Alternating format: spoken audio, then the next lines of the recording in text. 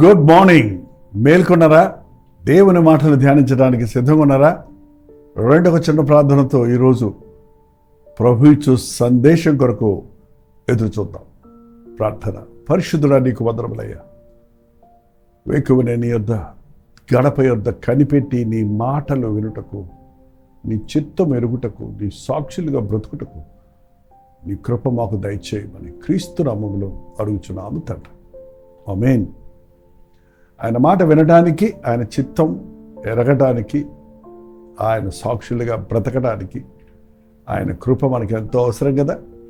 ఆ బలాన్ని, ఆ అవకాశాన్ని దేవుని వాక్యం మనకు కలుగు చేస్తుంది. యేసు ప్రభు బిడ్డగా, ఆయన సాక్షిగా, ఆయన భక్తుడిగా, ఆయనకు ఇష్టడిగా ఎవరైనా ఉండాలంటే వారికి కావలసిన అత్యధికమైంది, అత్యవసరమైంది ఏంటంటే చెప్పండి చూద్దాం. డబ్బా, లేక నీ తెలివా, జ్ఞానమా, నీ సామర్థ్యమా, నీ డిగ్రీలా, నీ యొక్క స్తోమత? అవేవి కాదండి. దేవుడు పరిశుద్ధుడు. మీ పరలోకపు తండ్రి పరిశుద్ధుడైన ప్రకారం మీరును సకల ప్రవర్తనలో పరిశుద్ధులుగా ఉండండి. పరిశుద్ధంగా ఉండడం అంటే మన దేశంలో దేహశుద్ధి, శిరోశుద్ధి, దంతశుద్ధి, పాదశుద్ధి అంటూ బహిరంగమైన శుద్ధులు చాలా ఉన్నాయి. అవి కూడా అవసరమే.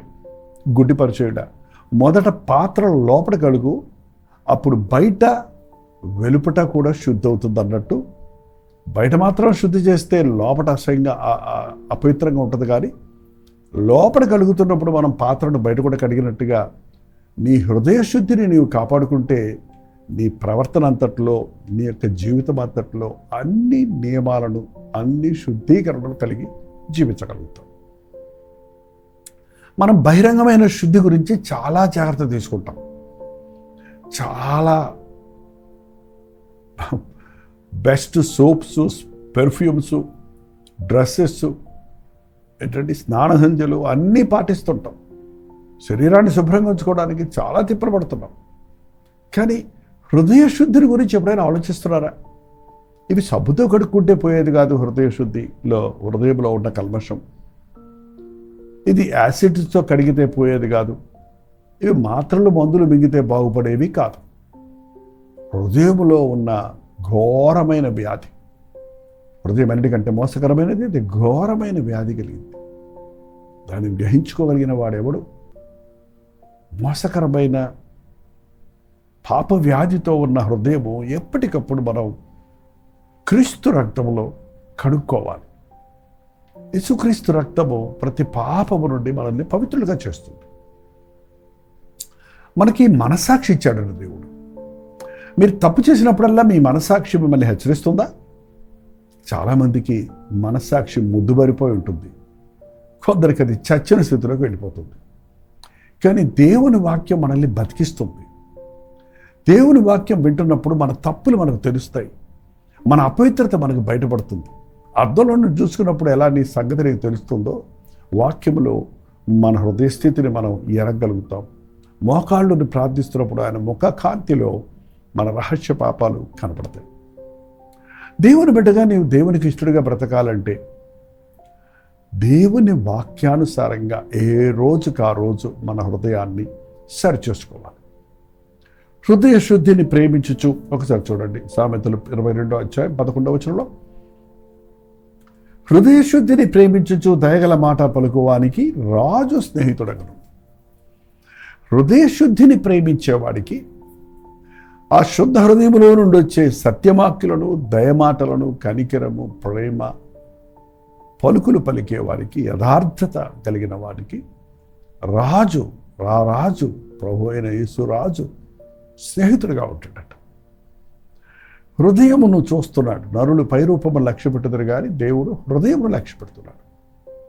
నీ హృదయం దేవుని ఎదుట సరిలేకపోతే దేవుడితో నీకు సహవాసం లేదు. ఆ గారడి సీమోను బాప్తిసం పొందాడట, భక్తుడని చెప్పుకున్నాడట.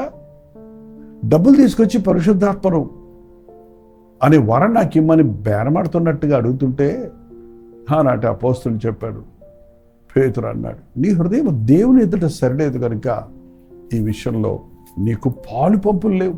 చూడండి అపోస్తల కార్యాలు 8వ అధ్యాయము 20వ వచనం, అందుకు పేతురు, నీవు ద్రవ్యమిచ్చి దేవుని వరమును సంపాదించుకున్న తలుచుకున్నందున నీ వెండి నీతో కూడా నశించునుగాక.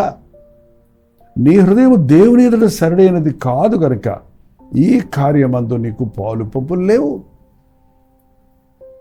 హృదయంలో అసూయ పెట్టుకొని, హృదయంలో కోపం పెట్టుకొని, హృదయంలో దురాశ పెట్టుకొని, హృదయంలో మోసం పెట్టుకొని, యుక్తితో కుయుక్తితో నువ్వు దేవుని దగ్గర భక్తిగా నటించాలని ప్రయత్నించినా నీ అంతరంగా నెరిగిన దేవునికి అవి అసహ్యంగా కనపడతాయి కనుక దేవునితో, దేవుని సహవాసంలో, దేవుని ప్రేమలో, దేవుని సన్నిధిలో, దేవుని కార్యాలలో నీకు పాలు పంపులు లేవు.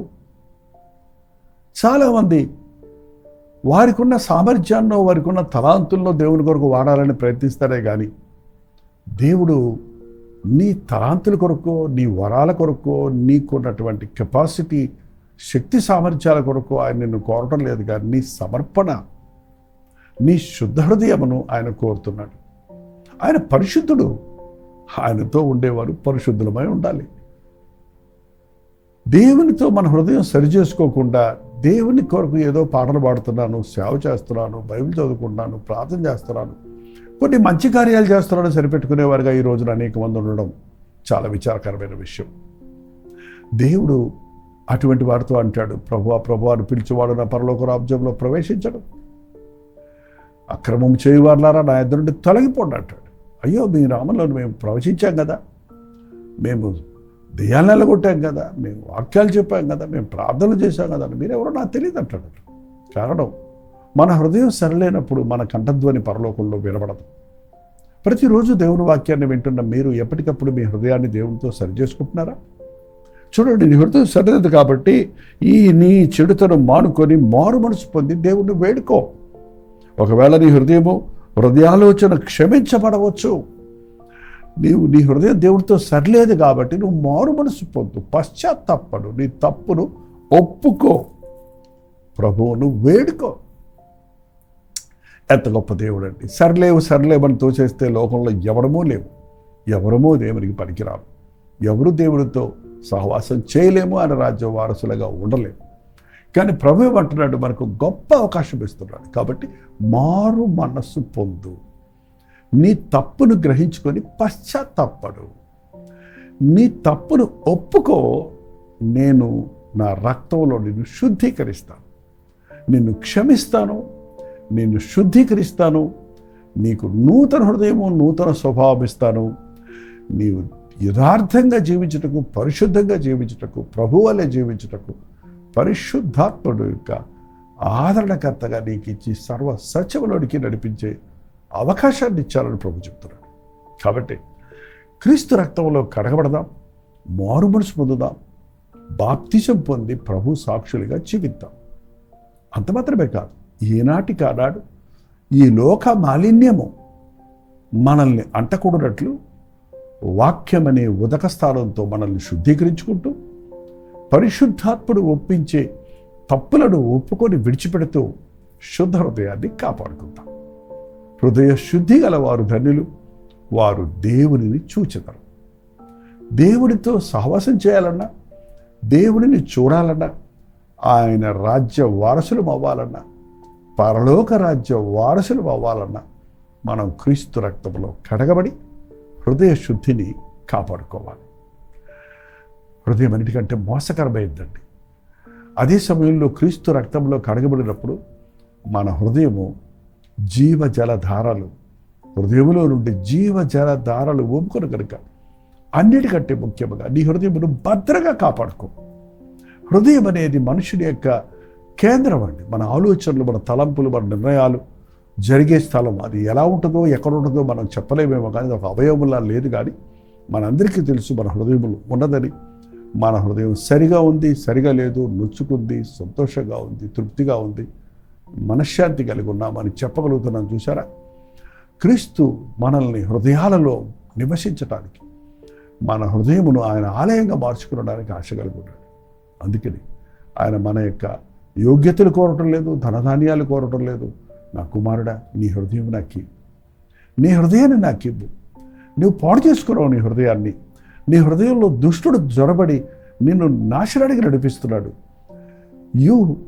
ఒబేమి, నా మాటకు లోబడు. ఎందుకంటే మన హృదయంలో ఆయన జొరబడడండి.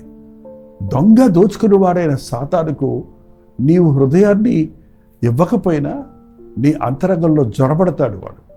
కానీ ప్రభువు నీ హృదయంలోనికి రావాలంటే నీవు ఆయన్ని ఆహ్వానించాలి. ఎందుకంటే దేవుడు మనకు స్వేచ్ఛనిచ్చాడు. ఆ స్వేచ్ఛను ఆయన తీసేస్తే మనం బొమ్మలాగా అయిపోతాం.